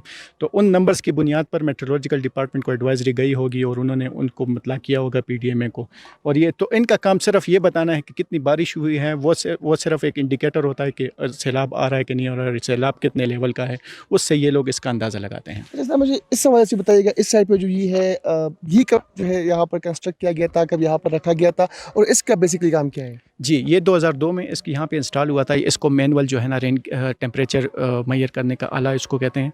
इसको जो है ना ये मैनुअली जो है ना इसमें real temperature, feel like temperature, maximum temperature दिन का और मिनिमम टेम्परेचर दिन का ये मैयर कर रहा होता है। ये ऑब्जर्वर इसको रोज़ाना खोलता है, 3 घंटे के हिसाब से इसको चेक कर रहा होता है कि इसमें कितना चेंज आया है, और फिर हर दिन के आखिर में उसको रीसेट करके तो सेकेंड डे के लिए इसको तैयार करता है। जैसे तो ज़ाहिर बात है कि बेहतरीन सिस्टम यहाँ पर इंस्टॉल है, और ख़ास तौर पर हम जब रिपोर्टिंग करते हैं, जब हम मौसम के हवाले से हवा बताते हैं, तो हमें इन चीज़ों से काफ़ी गाइडेंस जो है वो मिलती है। सर, ये चीज़ मैं यहाँ पर देख रहा हूँ कि ये जो बारिश है उसकी पैमाइश के लिए है कि कितनी मिलीमीटर बारिश हुई है, तो सर इस हवाले से मुझे थोड़ा सा बताइएगा कि किस तरह आप इनको नापते हैं, बारिश का जो अंदाज़ा है वो आप किस तरह लगाते हैं, और कैसे पता चलता है कि आज यहाँ पर इतनी बारिश हुई है? जी, ये इसको मैनुअल रेन गेज कहते हैं जी। इसका काम ये है कि दिन के हिसाब से जो है ना कितनी बारिश हुई है। ये आप इसका आला देख रहे होंगे, ये इसके जो है ना एक आला बना हुआ है, ठीक है। इसको जो है ना इसको ये लोग चेक करते हैं, ठीक है, इसको खोलते हैं, ठीक है। इसमें से बारिश जो है ना, बारिश के कतरे जा रहे होते हैं यहाँ से, और यहाँ पे इसका एक बर्तन पड़ा होता है, उसमें बर्तन में पानी जा रहा होता है। ये ऑब्जर्वर आता है, इसको घंटे के हिसाब से चेक करता है। फिर वो बर्तन जो है ना अपने उनका एक मैयर करने का आला है, ठीक है, उसमें डालते हैं, उसमें चेक करते हैं कि कितने मिलीमीटर पानी हुआ है। वो मैयर करते हैं, उसको खाली करते हैं बर्तन को, फिर इसमें रखते हैं खाली बर्तन, ठीक है। तो हर 3 घंटे के बाद जो है ना वो इसको रिपोर्ट करते हैं कि कितना जो है ना मिलीमीटर बारिश है ना इस 1 घंटे में या 3 घंटे में हुई है। इस साइड पे हम देखते हैं कि जो आप लोगों ने ऊपर बनाए हुए हैं, ये जो एरोस टाइप है, ये मूवमेंट भी कर रहे होते हैं, और इसमें कुछ सिंबल भी है साउथ, ईस्ट, वेस्ट, नॉर्थ की। तो ये दरअसल क्या करता है और इसका बेसिकली वर्क क्या होता है? जी, ये एयर का डायरेक्शन बताता है। ये सिर्फ मैनुअल एक एयर डायरेक्शन बताने का तरीका है कि हवा जो है ना का रुख क्या है।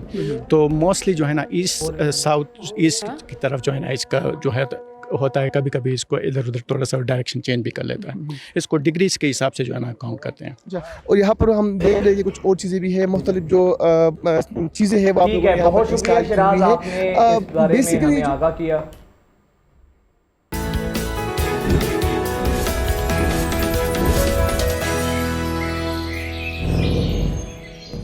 फिर के बाद बात करते हैं स्पोर्ट्स के हवाले से। और स्पोर्ट्स में हमारी जो ख़वातीन हैं उन्होंने पाकिस्तान का नाम तो रोशन किया है, और जो हमें हालिया जो वर्ल्ड कप से शिकस्त हुई थी ना, मैं कहती हूँ उनसे बदला लिया है हमारी जो बैटर्स हैं।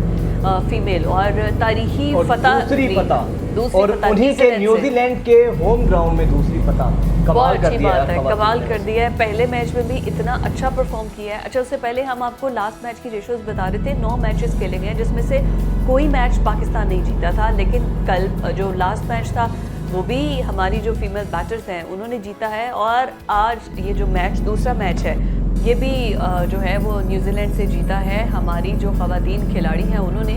तो इस शानदार फतह का जश्न मुझे लगता है पीसीबी को उसी तरह अप्रिशिएट करना चाहिए जैसे वो मेल को करते हैं। And she deserves. या एग्जैक्टली, उन्होंने जितना अच्छा परफॉर्म किया है और खवातीन का इस तरह से इतने कम रिसोर्सेज में आगे आकर खेलना, इस मतलब और फिर पाकिस्तान को फतह दिलाना, सबसे बड़ी बात ये है खेल भी रही है, T20 सीरीज जीत ली है भाई, ये है। अच्छा, जो न्यूजीलैंड को 10 रन से शिकस्त दिया है 3 मैचेस की सीरीज में, 2-0 की फैसला कुन बर्तरी अभी तक हमारी जो खवातीन हैं उनको है। मतलब सीरीज ही जीत ली ना, अब दोनों मैच आप जीत गए, अब अगर लास्ट तीसरा मैच जीत जाते हैं तो वाइट वॉश होगा। एग्जैक्टली। और उसके अलावा आपकी जो इंटरनेशनल रैंकिंग है वो इम्प्रूव होती है। लेकिन अगर आप हार भी जाते हैं, अल्लाह ना करे, तो भी आप ये सीरीज तो अपने नाम कर चुके हैं। तो ये है जी, जो 6 विकेटों पर 137 रन जो हैं वो स्कोर किए गए थे। शाहीनों का भी कमाल है कि ऑस्ट्रेलिया में वो भी कम से कम जो है ना अच्छी कारकर्दगी का मुजाहरा करें। लास्ट 9 दिसंबर को मैच होगा, लास्ट मैच ऑस्ट्रेलिया के वो जो मैच नहीं वो नहीं, मैं ये जो विमेन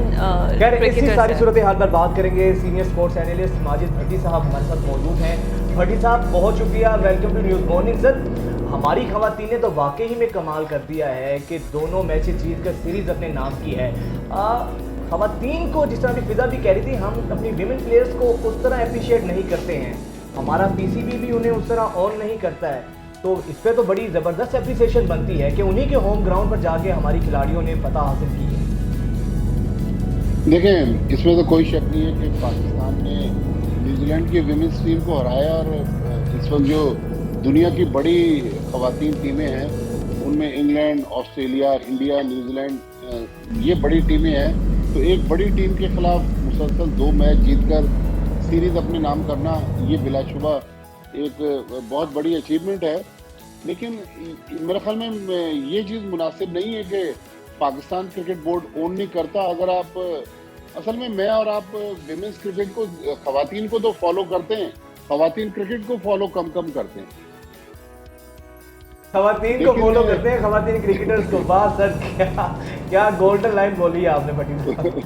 लेकिन पाकिस्तान क्रिकेट बोर्ड का अगर आप ओवरऑल देखें तो पिछले 3-4 साल से मेरे ख्याल में अरबों रुपए विमेंस क्रिकेट पे पाकिस्तान ने इन्वेस्ट किए हैं और मुसलसल फॉरेन टूर्स हमारी खवातीन टीमें कर रही होती हैं, पाकिस्तान में कैंप लगे होते हैं, यहाँ पर टूर्नामेंट्स करवा रहे होते हैं। बेसिकली जो हमें चेंज नज़र आया है, अगर आपको याद हो पिछले साल जब PSL हो रहा था उसके दौरान पिंडी में 3 मैचेस की सीरीज करवाई पाकिस्तान क्रिकेट बोर्ड ने। नजम सेठी साहब उस वक्त पीसीबी के चीफ थे। तो उसमें दुनिया की जो बड़ी फॉरेन टीमों की प्लेयर्स थी वो पाकिस्तान आई। फिर पाकिस्तान में 2-3 बड़ी टीमों ने टूर किया। हमने न्यूजीलैंड से पहले साउथ अफ्रीका को भी हराया। लेकिन जो असल चेंज हमें नजर आया, निदा डार को जब से बिस्मा मारूफ की जगह पाकिस्तान क्रिकेट बोर्ड ने कप्तान बनाया, तो निदा डार के आने से एक तो चेंज नजर आ रहा है। फिर हमने थोड़ा सा पूल ऑफ प्लेयर्स बढ़ाया है, कुछ नई लड़कियां जो हैं उनको मौका दिया है। लेकिन मेरे ख्याल में एक सीरीज जीतना अच्छी बात है, लेकिन वन ऑफ सीरीज से बहुत ज़्यादा तवक्कुआत लगाना ये इस लिहाज से अच्छा नहीं है कि अगर कंसिस्टेंसी ये लड़कियां दिखाएं, दूसरी टीमों के खिलाफ भी एटलीस्ट एक आध मैच जीती रहे तो एक अच्छी रिवायत कायम होगी। लेकिन मेरा ख्याल इस सीरीज में फ़िलहाल तो हमें इसके एंजॉय करना चाहिए। हमने फॉरेन कोच को भी रुखसत कर दिया, न्यूजीलैंड से उन कोच का ताल्लुक था, वो भी वापस चले गए। लेकिन एक बड़ी टीम के खिलाफ बड़ी सीरीज जीतना, ये मेरे ख्याल इन खवातीन की और निदा डार और उनकी जो टीम है उसकी बहुत बड़ी अचीवमेंट है। बिल्कुल सही। अच्छा, वैसे तो हमारे पीसीबी ने खवातीन के कॉन्ट्रैक्ट्स जो थे, सेंट्रल कॉन्ट्रैक्ट्स, उनको भी रिवाइज किया था और इजाफा किया था उनकी भी कॉन्ट्रैक्ट्स में, सैलरीज में। दूसरी जानिब अब ज़रा शाहीनों की बात कर लेते हैं। ऑस्ट्रेलिया में हमारी टीम मौजूद है। आपको पता है कि टेस्ट सीरीज वो भी ऑस्ट्रेलिया में होना, शायद 90s में कोई एक आधी दफ़ा हम जीते हैं, वरना तो शिकस्तों की एक तवील फहरिस्त है। इस दफ़ा आपको सर क्या लग रहा है, शान मसूद की कप्तानी में कोई एक आधा मैच, कोई सीरीज, कोई तारीख हम बदल सकते हैं कि वही एक रिवायत बरकरार रहेगी हमारी? देखिए, हमने 1995 में आखिरी बार ऑस्ट्रेलिया में टेस्ट मैच जीता था और टोटल पाकिस्तान की टीम ने, जब से पाकिस्तान की टीम ऑस्ट्रेलिया टूर करी है, टोटल 4 टेस्ट मैच जीते हैं। 2 मेलबर्न में जीते हैं, 2 सिडनी में जीते हैं, लेकिन 14 टेस्ट मैच पाकिस्तान की टीम उस 95 के टेस्ट मैच जीतने के बाद ऑस्ट्रेलियन सरजमीन पे हारी है। इस बार भी आपको पता है कि थोड़े दिन पहले ऑस्ट्रेलिया ने 50 ओवर का वर्ल्ड कप जीता। वर्ल्ड टेस्ट चैंपियनशिप जून में ऑस्ट्रेलिया की टीम ने जीती है, तो पाकिस्तान की टीम फेवरेट तो नहीं है मेरे ख्याल में, अगर अच्छा शो कर जाए पाकिस्तान। लेकिन मेरी जो जाती राय है कि अगर 5वें दिन तक पाकिस्तान के प्लेयर्स टेस्ट मैच को ले जाएं, तो ये मेरे ख्याल में एक बड़ी अचीवमेंट होगी। पाकिस्तान टीम अगर लड़कर हारे तो मेरे ख्याल में हमारे लोग भी ज्यादा मायूस नहीं होंगे।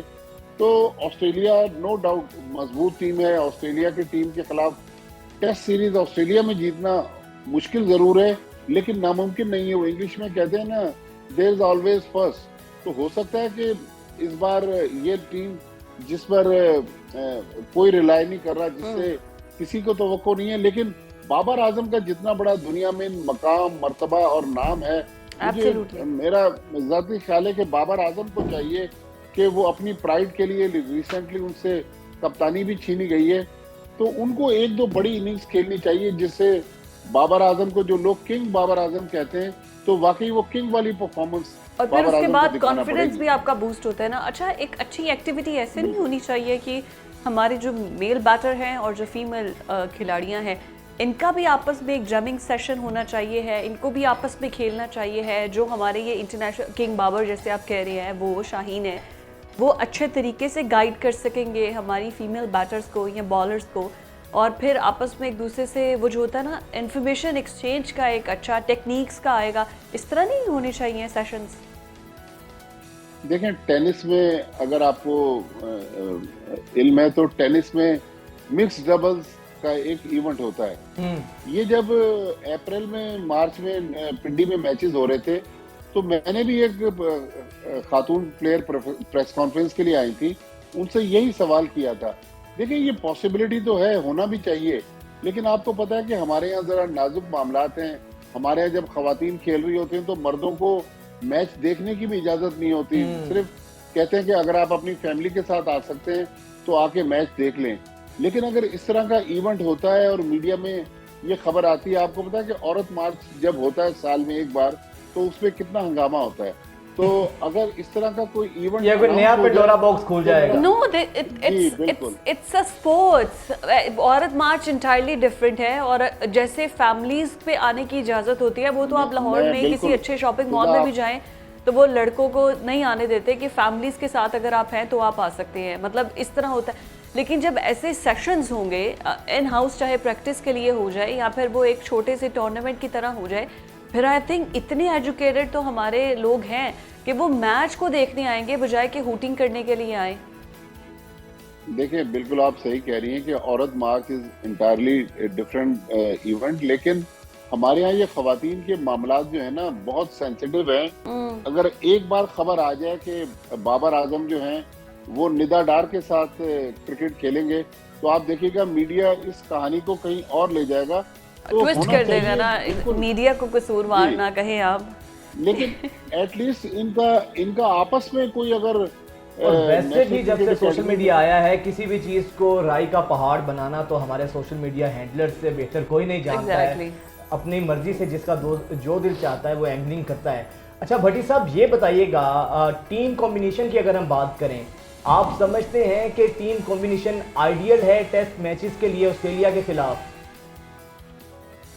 देखिए, पाकिस्तान की जो टीम इस वक्त ऑस्ट्रेलिया में है, मेरा ख्याल में बेस्ट टीम है, इससे अच्छी टीम जा नहीं सकती थी। अच्छा। हमारे पास असल में एक आध अगर कोई शायद किसी नाम पर किसी को इख्तलाफ हो, डोमेस्टिक क्रिकेट के 1-2 परफॉर्मर्स जो हैं, जिस तरह अहमद शहजाद है, साहबजादा फरहान, उनके लिए बात हो रही है कि उनको जाना चाहिए था, लेकिन मसला है कि वो दोनों ओपनर्स हैं। ओपनर्स में हमारे पास इमामुल हक हैं, अब्दुल्ला शफीक हैं, तो शान मसूद जो कप्तान है खुद ओपन करते हैं। लेकिन मेरे ख्याल में एक अच्छी टीम सिलेक्ट हो गई है। अब इस टीम ने किस तरह परफॉर्म करना है ये सबसे बड़ा मसला है। लेकिन हमारे पास इस वक्त बहुत ज्यादा कोई ब्रायन लारा या सचिन तेंदुलकर या सुनील गावस्कर या जावेद मियांदाद, इमरान खान स्टाइल के प्लेयर नहीं है। आप देखें अभी इंडिया की टीम जो वर्ल्ड कप फाइनल हारी है, उसके फौरन बाद उन्होंने ऑस्ट्रेलिया के खिलाफ T20 सीरीज में अपनी नई टीम उतार दी और उस टीम ने ऑस्ट्रेलिया को 4-1 T20 सीरीज में हराया। ऑस्ट्रेलिया ने भी अपने मेन प्लेयर्स को वापस भेज दिया, उन्होंने भी नए लड़के उतारे। लेकिन हमारे यहाँ मसला है कि हम हार से डरते हैं। हम हर बार कोशिश करते हैं कि अपने सारे प्लेयर्स को खिला दें, और नए प्लेयर को के साथ अगर हम मैच हार गए तो हमारे साथ जो सोशल मीडिया पे ट्रोलिंग होगी और हमारी जो सुक्ति होगी, तो हम लोग मेरे ख्याल हमें अगर हार से डरना छोड़ दें, अपने नए लड़कों को भी चांस दें, तो हमारे पास हार से ज्यादा सर मेरा ख्याल है इनसिक्योरिटी है हमारे खिलाड़ियों को। वो ये समझते हैं अगर हम छुट्टी पर चले गए या हमें रेस्ट मिला तो उसके बाद शायद हमें चांस नहीं मिलेगा, दोबारा से हम खेल नहीं सकेंगे।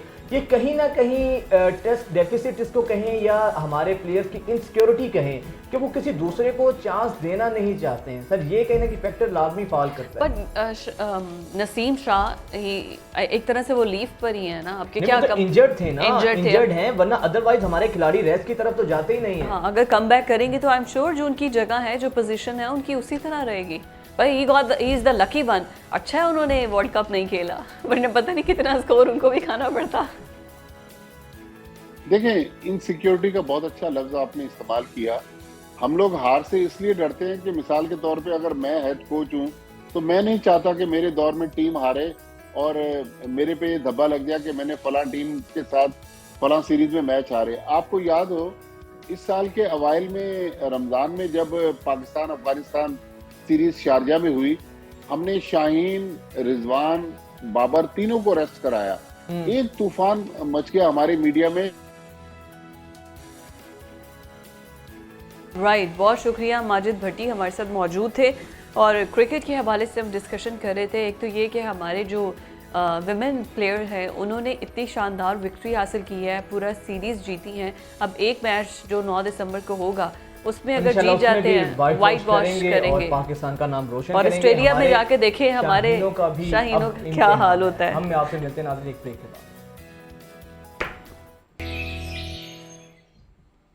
Welcome back. आपकी मुलाकात करवाते हैं। आपको पता है कि हम हमेशा जो यूथ होती है उसको भी इस प्रोग्राम का हिस्सा बनाते हैं, प्लस सोशल मीडिया हाइलाइट्स जो सोशल मीडिया के ऊपर बहुत ज़्यादा अपने आप को अपने फ़न दिखाते हैं वहाँ पर, और फिर उसके बाद उनको मौका मिलता है कि वो टीवी स्क्रीन्स पर भी आएँ और बताएं सारी दुनिया को कि उनके अंदर अल्लाह ताला ने कैसे फ़न जो है। वैसे भी इस ज़मीन में ना पाकिस्तान के अंदर आप किसी भी जगह पे चले जाएं, एग्जैक्टली ज़रख़ीज़ है, आपको हर तरह का टैलेंट यहाँ पर मिलेगा, हर तरीके के फ़नकार आपको यहाँ पर मिलेंगे। और ऐसे ही हमारे साथ जो मेहमान हैं दे आर द रैपर, और सोशल मीडिया पर उनका बहुत ज़्यादा धूम है। सिंधी ज़बान के अंदर, लोक ज़बान के अंदर रैप करते हैं।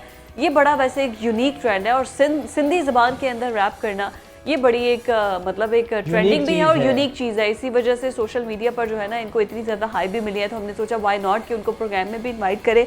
तो अरूज फातिमा और मोहम्मद काफरी, यस, ये यंग रैपर जोड़ा हमारे साथ मौजूद है। बहुत शुक्रिया आप दोनों का। Welcome to News Morning. अच्छा ये बताइएगा, आप दोनों ने एक साथ ही रैप करना शुरू किया, ये शौक कब से? और सिंधी कल्चर, सिंधी ज़बान में बड़ी यूनिक चीज़ है इस तरह का टैलेंट सामने आना। जी, मैंने जब रैप शुरू किया 2018 में, तो तब इसने सिंधी हिप हॉप में जो था कि कोई लड़की रैपर नहीं थी।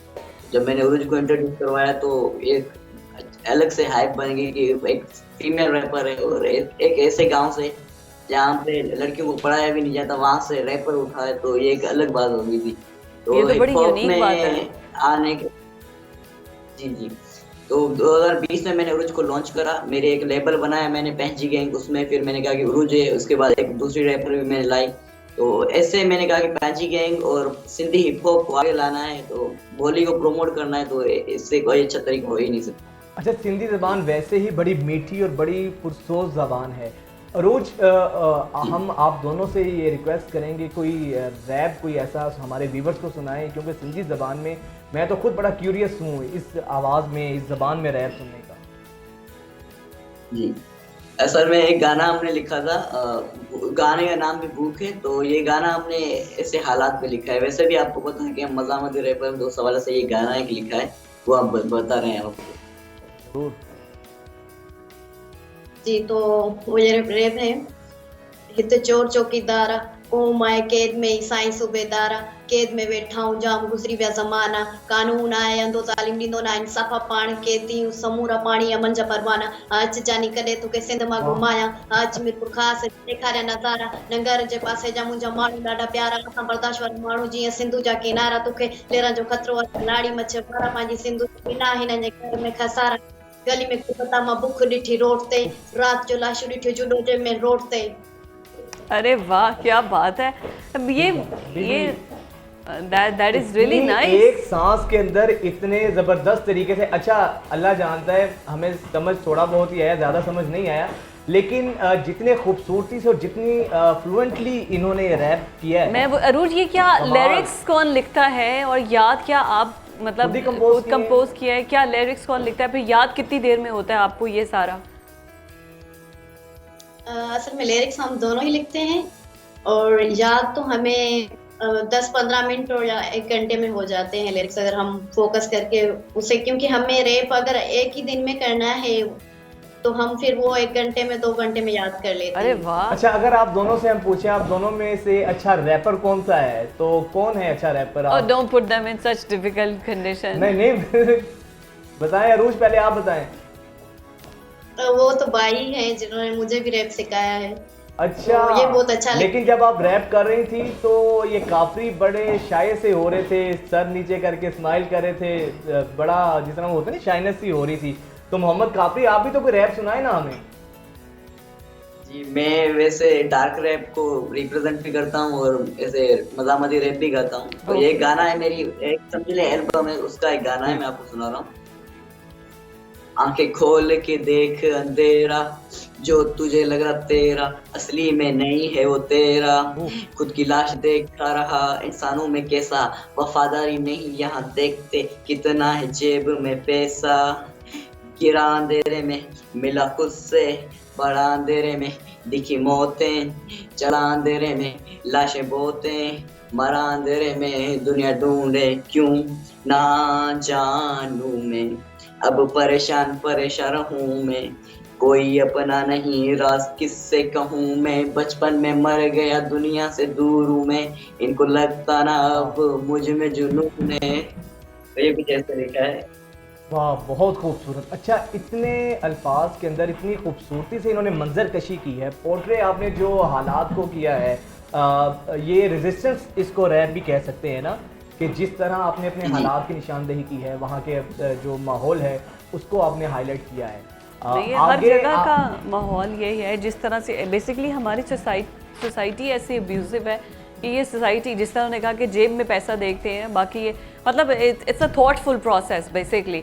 तो मैं अब ये जो सिंधी में बेसिकली जब आप लोग रैप लिखते हैं, कोई एक फोकस्ड होता है ना, कि हमारा हर सिंगर की एक डायरेक्शन होती है कि कोई इस चीज़ को पसंद करता है, तो आप लोगों की क्या है, क्या डायरेक्शन है, आप बेसिकली किस चीज़ को प्रमोट करते हैं थ्रू रैप? हम जो हैं, क्योंकि रैप के अलग अलग जो हैं जेनर्स हैं और अपने पे डिपेंड करता है कि हम किस चीज़ को प्रमोट करें। तो हम जो है, हम चाहते हैं कि हम अपने मसले जो हैं, हमारे मसाइल जो हैं, जिन एरियाज में हम रहते हैं, वहाँ के जो मसले हम करना चाहते हैं, और हम चाहते हैं कि कोई अवेयरनेस आए लोगों में हमारे रैप के थ्रू। तो हम कुछ ऐसी कहानियाँ हैं लाइक जैसे स्ट्रीट पे जो मतलब मसले होते हैं, इंसिडेंट्स वगैरह, तो हम उन पे जो है रैप लिखते हैं, उनको हम बयान करते हैं। तो हम चाहते हैं कि हमारे रैप के थ्रू कोई अवेयरनेस आए, और खास तौर पे अच्छा, ये बड़ी अच्छी बात है कि आप एक रैप को यूज़ करते हुए उसको आप अपने जो मसले मसाइल हैं उस रैप सॉन्ग के ज़रिए आप ऑडियंस तक पहुंचाते हैं, हाईलाइट करते हैं, रिस्पांस कैसा मिलता है जब लोग आपका रैप सुनते हैं?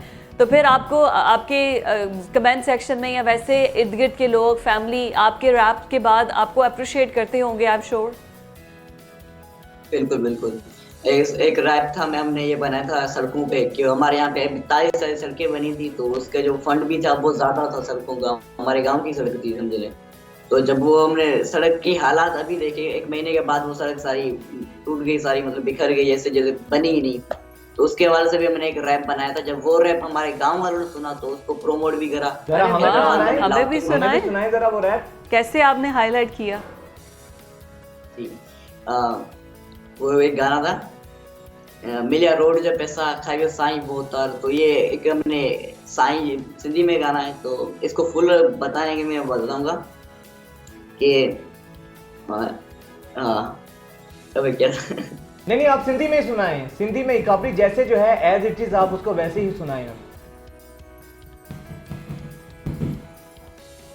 रूपोश मारू असां जीअं दौलत में आयूं, कयूं रस्तनि जूं ॻाल्हियूं असां रस्तनि ते ॻायूं, स्टेज ते असां बना ते पिया गुनगुनायूं, ज़ुल्म सहूं असां पर गुनहगार नायूं।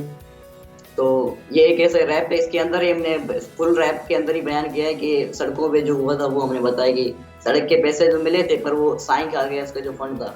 अरे वाह, आधा काम करा। तो फिर आपके इस तरह के जो मसले हाईलाइट होते हैं, आपको मसला नहीं होता होगा बाद में पता चले आप साईं आपको उठा के ले जाए, आप भी किसी साईं की ना ही मैं कुछ कहूँ तो बेहतर है। मतलब ये तो बड़ी डेयरिंग काम है एक।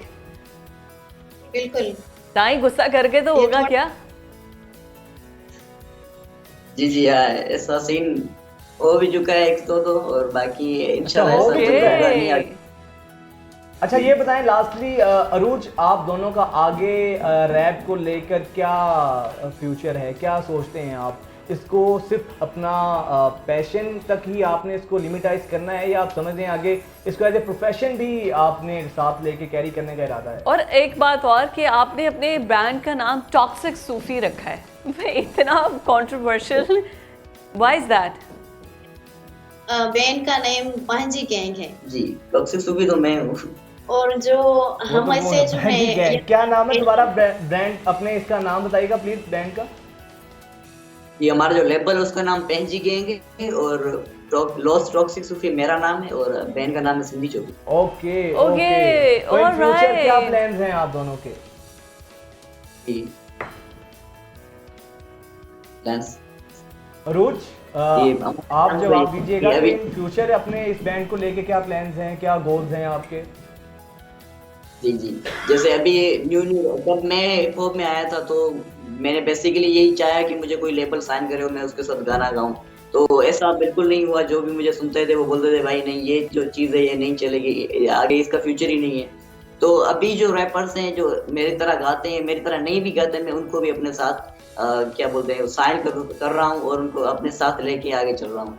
तो बैंड का तो यही प्लान है कि हम किसी भी रैपर को ऐसे नहीं छोड़ेंगे भाई, अगर जो इसमें जज्बा है उसको जुनून गाने का हम उसको साथ में लेके जाएंगे। अच्छा, खाली रैप ही करते हैं आप या क्लासिकल मौसीकी, क्लासिकल म्यूजिक भी आप लोग उसको भी कैरी कर रहे हैं साथ में? जी जी, हम में कमर्शियल के पॉप और अपना हिप हॉप, रेज म्यूजिक और मेटल रैप और रॉकिंग जो होता है वो सारी चीज़ें को जॉनरा में अपने साथ लेके चल रहा हूँ। तो मैंने बहुत सारे कमर्शियल गाने भी लिखे हैं। एक कमर्शियल गाना भी मैंने अभी कल्चर डे के लिए लिखा था और अलग अलग जॉनरास के गाने भी लिखता हूँ मैं और वो सारे हम गाएंगे। क्या बात है। रूज, मैं चाहूँगी कि हमें ब्रेक पर जाना है तो उससे पहले आप कुछ रैप सॉन्ग हमें, हमारे ऑडियंस को सिंधी लैंग्वेज में ही, कोई सिंधी ज़बान में या जो भी आपका पसंदीदा है वो ज़रा सुनाएं। जी जी, मैं माहवारी पे जो मैंने रैप लिखा है मैं उसे प्रमोट करना चाहूँगी। उसमें सिंधी भी है, माहवारी पे है वो। महावारी वाला लफ्ज हम बता ना पाते, बीमारी नहीं है जो हम रोज बताते, अगर बोलना चाहे सच तो हमें पढ़ते हैं जाटे, नफरत करते हमसे बिना खाना खाते, समाज में हमें चलना पड़ता सिर झुका के, क्या है तेरा मसला मुझे बोलना का के। अरे वाह वाह, सो गुड, खूबसूरत रैप के साथ, इसी आपकी आवाज के साथ हम थैंक यू सो मच आप दोनों का, आप दोनों के टाइम का। इसी तरह अपने कल्चर को प्रमोट करते रहें और यकीनन सिंधी कल्चर उसकी एक अपनी एंटिटी है, उसकी अपनी पहचान है। नाज़रीन, हमें ब्रेक पे जाना है, हाजिर होते हैं ब्रेक के बाद।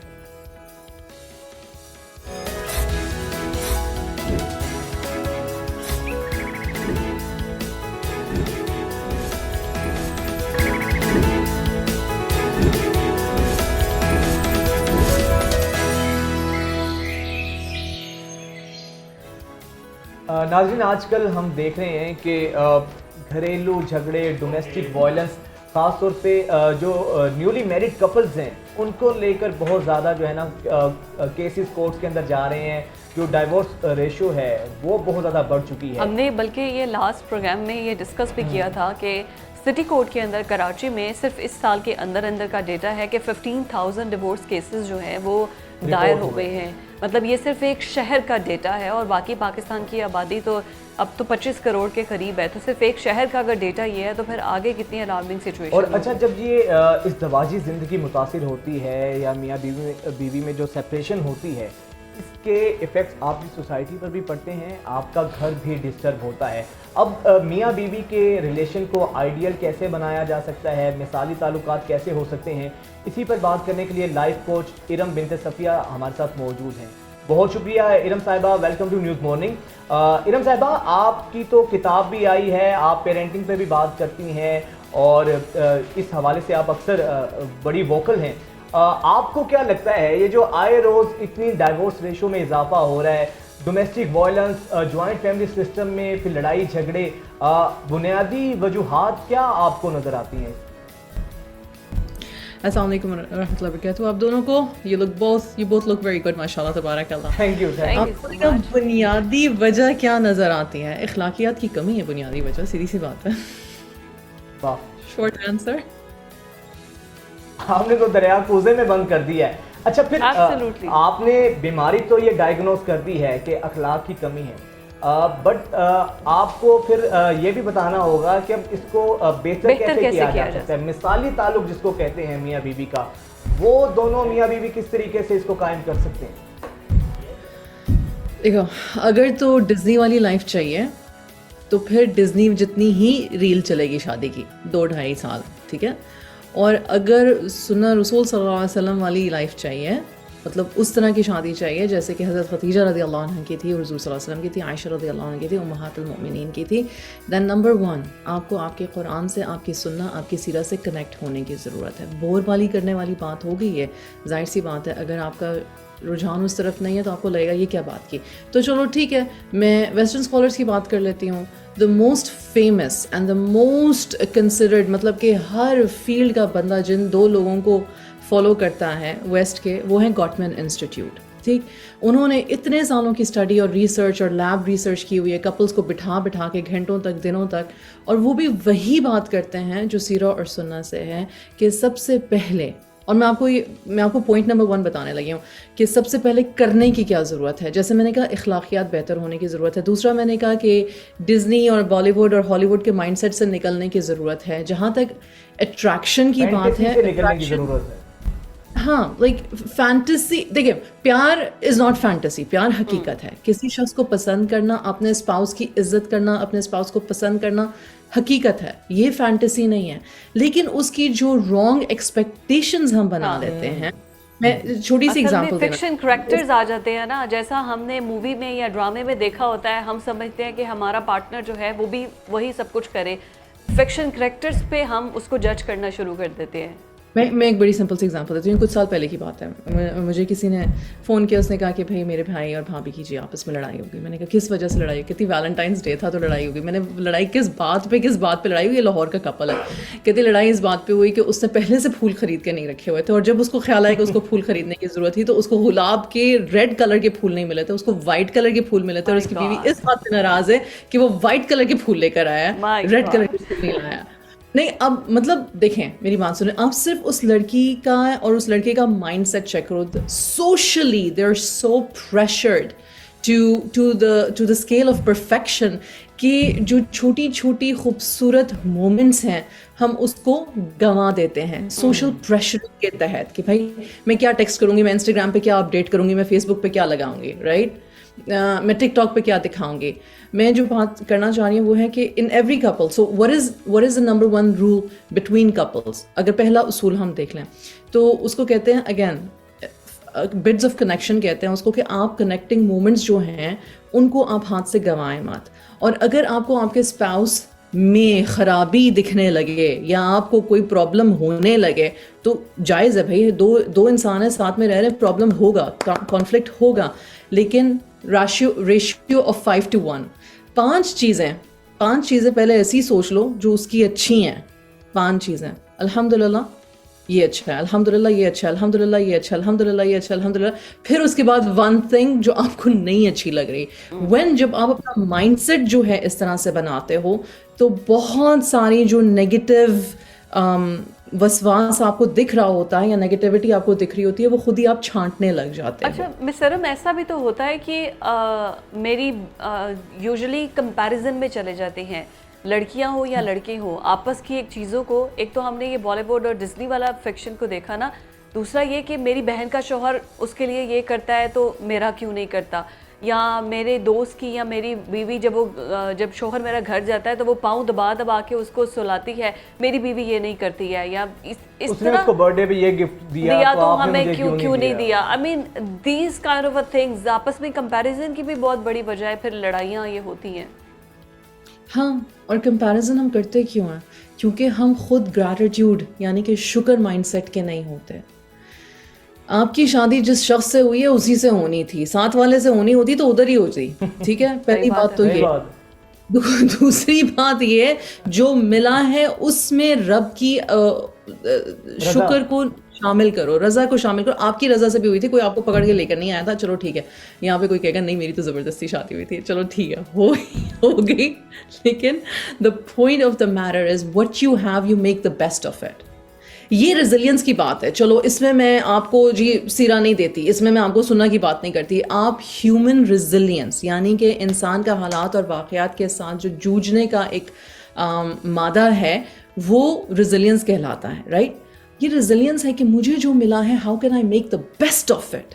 अगर हर कोई यूं उंगली करके उसको बेस्ट कहने लग जाए तो कोई भी इंसान अपनी ज़िंदगी प्रोसेस में एहसान और एक्सेलेंस के लेवल तक कैसे पहुंचेगा? अच्छा नहीं है। हाउ? एब्सोल्युटली, बात तो आपकी ठीक है। अच्छा, एक ये भी बात हम डिस्कस कर रहे हैं कि एक तो ये है कि ये कहा जाता है कि घर बचाने की जिम्मेदारी औरत पर है। ये जो हम कह देते हैं कि औरत की जिम्मेदारी है, वो खामोश हो जाए, वो ऐसे करे, घर बचाने के लिए इस तरह करे, मतलब इट्स लाइक अ 70-30%। 30% तक मर्द जो है वो जिम्मेदार है, 70% बाकी जितना कुछ हो रहा है वो औरत पर है। इस्लाम के हवाले से भी और वैसे सोसाइटी के हवाले से भी आपको क्या लगता है कि ये क्या डिवीजन बिल्कुल ठीक है, इसी तरीके से है? सहाबा किराम और साहबियात की डिवीजन ये नहीं थे। इट वॉज़ नॉट के 70% औरत जो है वो घर को बचाएगी। देखो, अगर घर बचने की नौबत तक आ गया है तो मियाँ और बीवी इक्वल पार्टनर्स है। फिर शादी इसने भी की है, शादी इसने भी की है, फिर मिलकर बचाओ। अगर घर को चलाने की बात हो रही है और एहसन तरीके से चलाने की बात हो रही है तो भी पार्टनरशिप इक्वल है, क्योंकि वो अगर घर के अंदर है या घर के बाहर और घर के अंदर है, जैसे कि ख़वातीन हम जॉब्स करती हैं, राइट।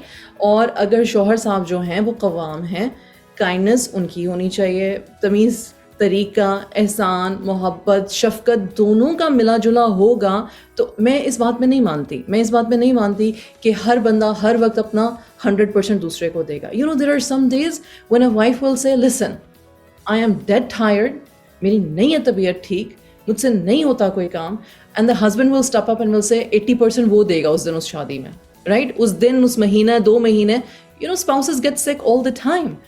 अच्छा चलो ठीक है, फिर कुछ दिन ऐसे होंगे कि जहाँ पे शौहर साहब कहेंगे मेरा बिज़नेस बर्बाद हो रहा है, या मेरा काम ख़त्म हो गया है, या मेरे पास नौकरी नहीं है, या मुझे बहुत टेंशन है, मैं नहीं बच्चों के साथ खेल सकता, मैं नहीं तुम्हारी फैमिली के फंक्शन में जा सकता। खातून समझेगी, वो कहेगी आई स्टेप अप फॉर यू, कोई बात नहीं, तुम्हारी जगह मैं तुम्हारी अटेंडेंस लगा दूंगी, तुम फिक्र नहीं करो, तुम अल्लाह करो, तुम अपनी रोज़ी कमाने की फ़िक्र करो, तुम जो काम करना चाह रहे हो वो करो, give your 100% there. Then the woman is stepping up 100%. Partnership है ये यार, ये कोई कंपटीशन थोड़ी है।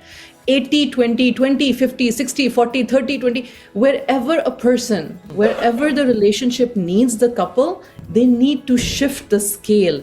ये गलत कॉन्सेप्ट है कि हम दोनों 50-50 देंगे। इस तरह से तो कभी लड़ाई नहीं ख़त्म होगी मेरे बच्चों कि ओ तुमने नहीं किया मैं क्यों करूं। अच्छा, फिर एक और चीज़ है इरम साहिबा के अक्सर ऐसा होता है कि अगर कोई मियाँ बीवी में अनबन हो भी गई है, कोई मसला मसाइल हैं, तो अक्सर ये देखा जाता है कि शोहर या बीवी जो है ये एक दूसरे से कम्युनिकेट करने की बजाय बीवी जो लड़की है वो अपनी माँ से शेयरिंग कर लेती है या सिस्टर से, फिर लड़का जो है अपनी माँ से या भाइयों से या बहनों से शेयरिंग करता है। फिर जब आपके घर के मामला दो लोगों से निकलकर फैमिली में जाते हैं तो ऐसे में जॉइंट फैमिली सिस्टम में ये बड़े मसले मसाइल देखने पड़ते हैं। कम्युनिकेशन होना कितना ज़रूरी है आपस के अंदर दोनों की? अच्छा, यहाँ पे मैं थोड़ा सा डाइग्रेस करूँगी इफ़ यू अलाउ मी इंशाल्लाह ताला। ख़वातीन का ना एक सिस्टम है, उनको ना अपने सिस्टम से बात निकाल के सुकून आता है। ठीक, आप इसको गॉसिप कह लो, आप इसको चुगली कह लो, अनलेस सामने वाला जो है वो सिर्फ एक्नॉलेज और वैलिडेट कर रहा है तो ठीक है। माएँ यूजुअली चुप करके सुनती ही जाती हैं, अच्छा हाँ चल बेटा कोई बात नहीं, सब्र कर, अच्छा ठीक है। उस दिन सारी उल्टी कर ली, उसके बाद वो ठीक ठाक होकर वापस आ जाती है। मेजॉरिटी केसेस ये होते हैं, वो दिल की मेजॉरिटी केसेस ये होते हैं, खत्म फिर हो जाता है।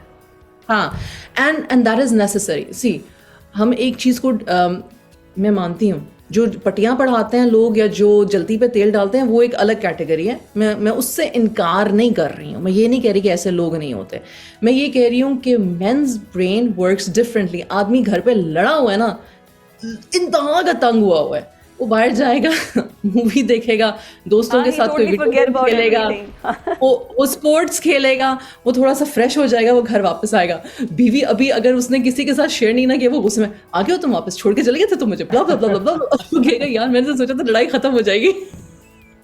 You see how Allah subhanahu wa ta'ala has made men and women different. हम लोग कभी बच्चों को ये सिखाते ही नहीं है कि men are wired differently, women are wired differently. हम पता है क्या कहते हैं?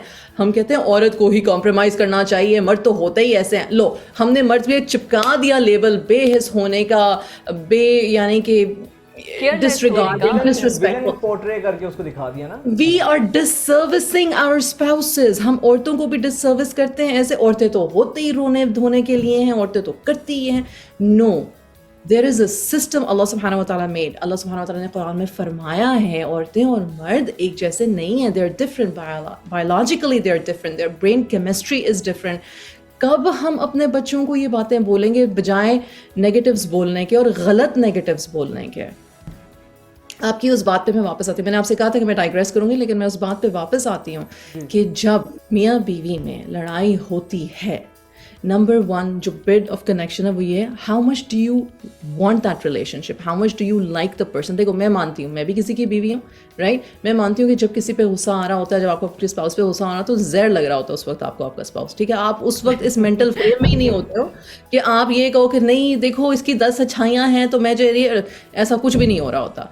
You have to program yourself and see for facts. मैं अपनी किताब में नेगेटिव थॉट्स को पॉजिटिव में बदलने के लिए, बल्कि इसको कॉग्निटिव डिस्टॉर्शन कहते हैं, यानी कि आपका जो ख्याल है वो किस तरह से गलत तरफ जा रहा है। फॉर एग्जांपल, अक्सर स्पाउसेस क्या कहते हैं, इसने मुझे जानबूझ के ये किया, इसको ये पता था, मैंने ये बात इसको बताई थी, इसने वेट किया ताकि ये मुझे ना इस तरह से टॉर्चर कर सके, इमोशनली टॉर्चर कर सके। मैंने बड़ा ही आम बहुत सती जुमला बताया आप लोगों को, बड़ा सती किस्म का मतलब ये होता है। नाउ ये एक नेगेटिव डिस्टॉर्शन है, because you don't like the person, you don't trust the person. एक बड़ी इंपॉर्टेंट चीज़, आपकी अपनी जिम्मेदारी है कि आप अपनी ज़ात पे ट्रस्ट करो और आप अपने स्पाउस पे ट्रस्ट करो। ट्रस्ट करना ज़रूरी है। हमारे अल्लाह रहम करें हम पे, जो हम बचपन से, अच्छा मुझसे लोग कहते हैं, अभी रिसेंटली जो मेरी क्लिप्स वायरल हुए, लोगों ने कहा, ओ आप बचपन से शादी के बारे में सोच रही थी। यार मेरी बात सुनो, बच्चा घर में पैदा होता है, हम टीवी, जियो टीवी, ARI टीवी, फलाना टीवी सारे ड्रामों में चल गया है, इसकी शादी कब होगी और किससे होगी और कैसे होगी, ठीक है। सारे ड्रामों का क्रक्स ही है। तो फिर उसके बाद खौफनाक सास, खौफनाक नंद, खौफनाक बीवी। यार वी आर मेंटली डिसेंसिटाइजिंग, अब इसकी उर्दू क्या है नहीं पता, आप लोग खुद ही कर लो। We are mentally desensitising the virtues of goodness in a couple. मतलब कि हम जानबूझ के बखिए पहले से हम कहीं ना कहीं खुद को उनको गलत कर रहे होते हैं, उनको दिखा रहे होते हैं कि ये हैं ही बुरे लोग। एक्सपेक्टेशन ये है वजाहत, एक्सपेक्टेशन ये है बेटा कि होगी है ना शादी, अब ड्रामा कब शुरू होगा, और सारे पूछते हैं अच्छा फिर बताओ फिर तुम्हारी सास ने क्या कहा, तुम्हारी उसने क्या कहा, या कोई बात वैसी ट्रिगर कर जाती है। यू हैव टू अंडरस्टैंड, 2 घर आने, मैं ये भी बात करती हूँ, आप कज़न्स है ना, आप ऊपर नीचे के फ्लोर पे भी रह रहे हैं और सारी ज़िंदगी आप छतें टाप टाप के आप बड़े हुए हैं और गुड़ियाँ उड़ा उड़ा के बड़े हुए हैं, उसके बावजूद when you get married it's a whole different game. It's a whole different thing. Yes, absolutely. I mean that's entirely different. वही जो खाला फुप्पो जो आपको वारे सदके जा रहे होते हैं, एट द एंड इवेंचुअली जब आप बहू के रूप में जाते हैं या आप दामाद के आते हैं, तो एक इज्जत और एक करेक्टर और एक्सपेक्टेशंस मुख्तलिफ हो जाते हैं। मुख्तलिफ होते हैं। लास्टली ये बताइएगा, हमें क्लोजिंग की जानिब जाने, इरम साहिबा, ये जो आपने ट्रस्ट डेफिसिट की बात की है, फिर इस ट्रस्ट बिल्डिंग को कैसे मेंटेन किया जाए, मेक श्योर किया जाए, क्या ऐसा करना चाहिए आपस में मियाँ बीवी को कि जो उनका ट्रस्ट का फैक्टर है वो रीबिल्ड हो सके? ठीक है, उसके लिए बड़ी इंपॉर्टेंट 3 बातें। ओके, नंबर 1, आप अपनी कम्युनिकेशन कैसे करते हो। फॉर एग्जांपल, अब आप दोनों मतलब माशाल्लाह मैरिड हो, आपको आपके स्पाउस से कोई प्रॉब्लम है या मुझे मेरे स्पाउस से कोई प्रॉब्लम है, तो बात करने का जो तरीका है, तुमने ऐसे किया, आपने ऐसे किया, ये क्यों नहीं किया। Now this is a direct hit on someone's character and thought process. अगले के हो सकता है वहमो गुमान में भी ना हो, उसको वाकई में ना पता हो कि उससे अनजाने में आपके हुकूक पे कोई तलफी हो गई है, हक तलफी हो गई है, ठीक है। तो आप बेसिकली बात कैसे करोगे, आप कहोगे देखो मुझे ना एक बात करनी है, मुझे बात तंग कर रही है, सुन लोगे, पहले पूछ लो, सुन लोगे आप या सुन लेंगी आप। अगला बंदा यूजुअली कहेगा हाँ बताओ, हाँ बोलो, वो भी तना हुआ अगर होगा तो हाँ बोलो, तो कहेंगे आपने ना उस वक्त ये बोला था, मुझे ये बात ना बुरी लगी है। मैं ये नहीं कह रही आपने पूछ के बोला है। एट द एंड इवेंचुअली ये आता है कि द वे यू और कम्युनिकेट, बात दफा ऐसा होता है लहजा, ना, टोन आपकी, ये बड़ा मैटर करती है। थैंक यू सो मच, हमारे साथ बिनते इरम मौजूद थी और ये बड़े अच्छा, और बात दफा ऐसा होता है कि इश्यूज पर डिस्कशन बात करना गलत नहीं होती है, बात करने का तरीका कार गलत होता है। नाज़रीन, हमें इजाज़त दें, इंशाल्लाह कल आपसे मुलाकात होगी। अल्लाह हाफ़िज़।